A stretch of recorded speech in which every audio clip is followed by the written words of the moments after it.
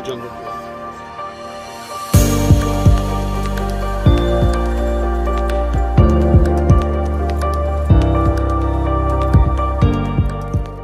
I lost my hat somewhere.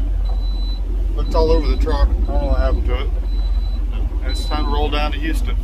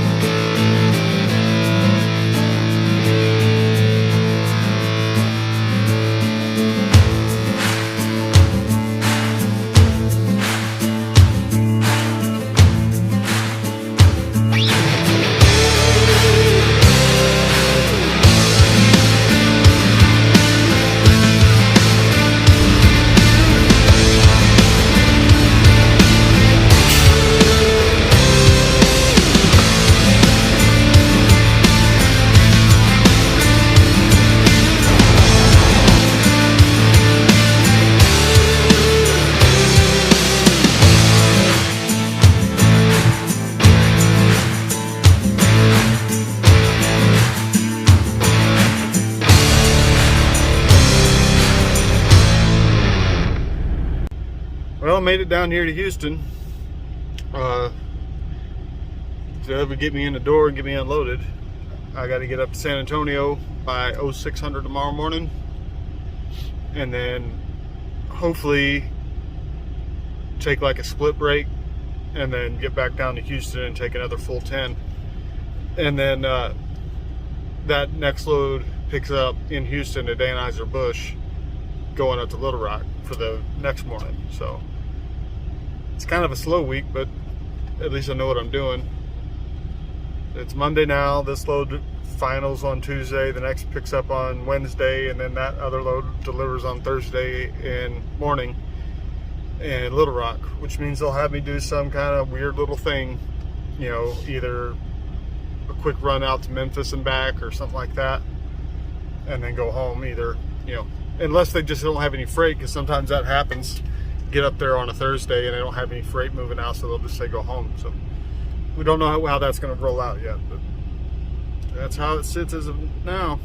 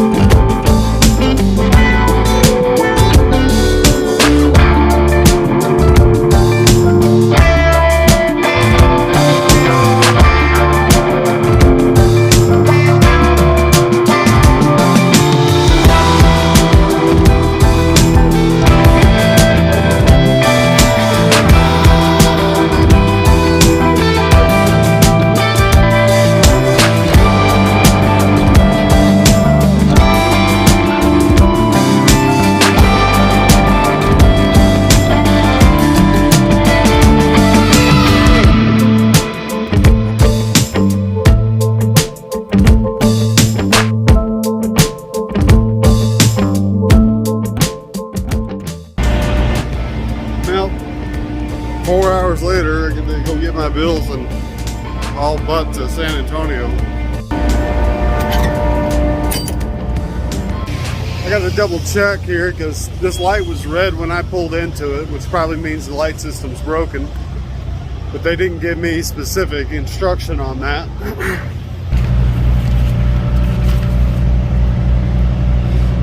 See, that's a locking mechanism. See, there's a little hook inside there.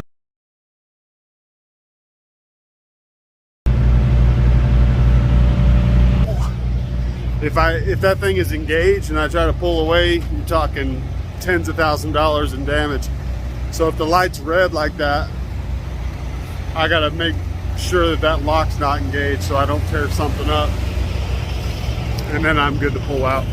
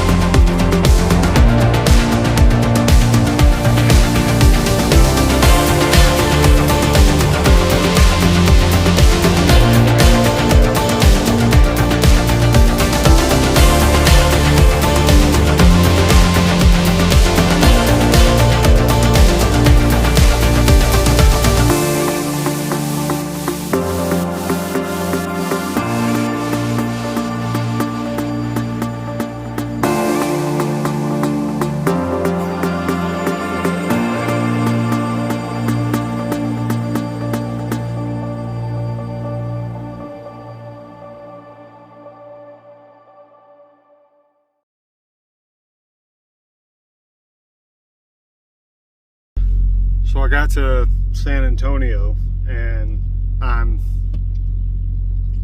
40 minutes before my appointment, and I pull up to the gate and he's like, oh, they're running behind. So he hands me this gate pass,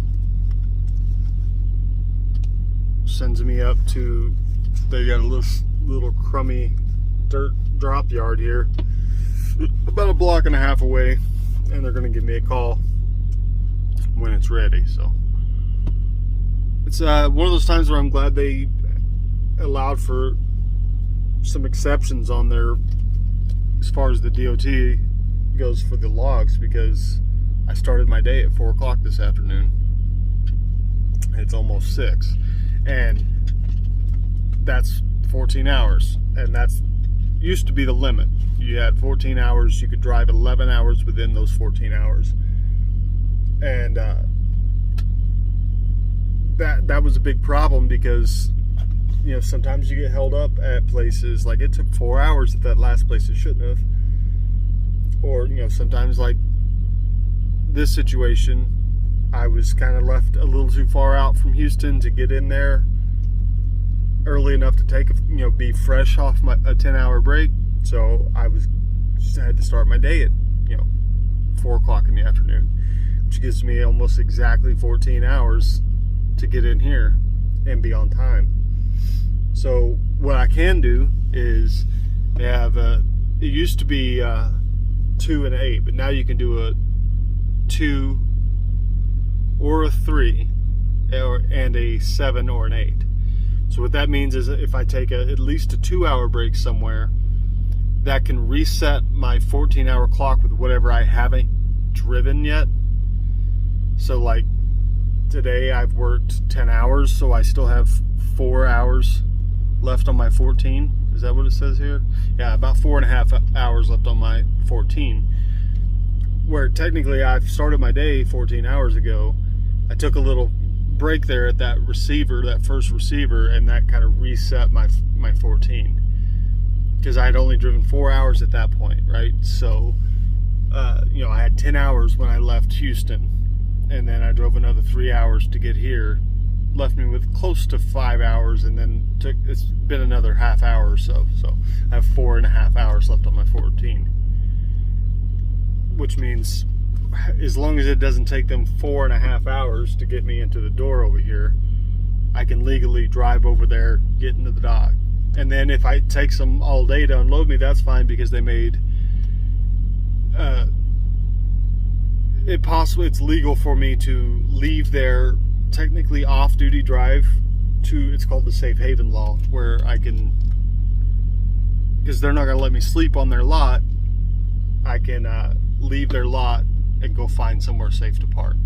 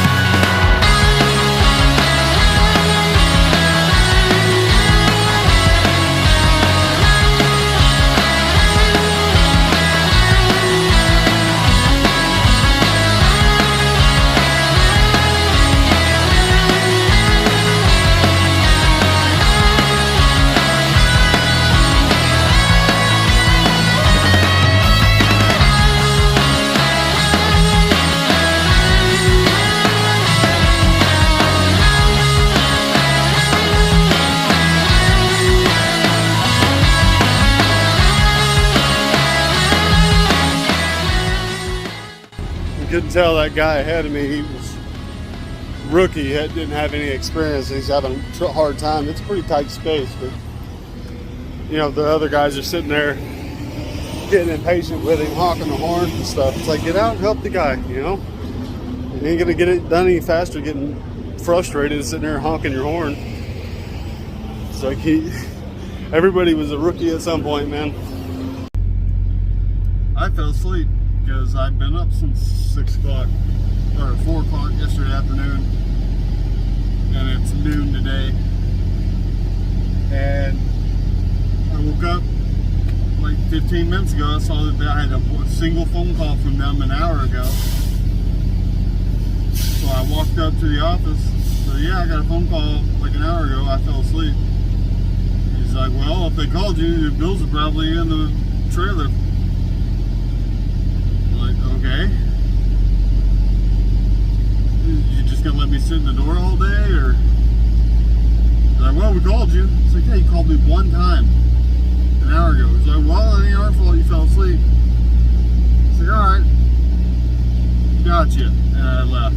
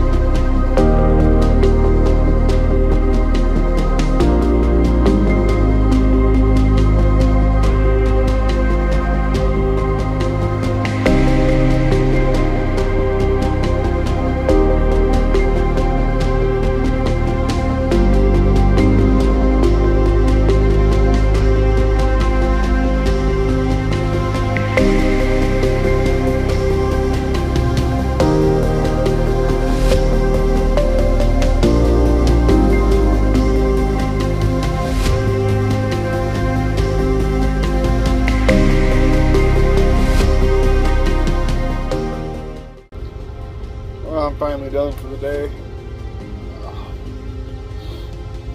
I gotta get down to Houston early tomorrow morning.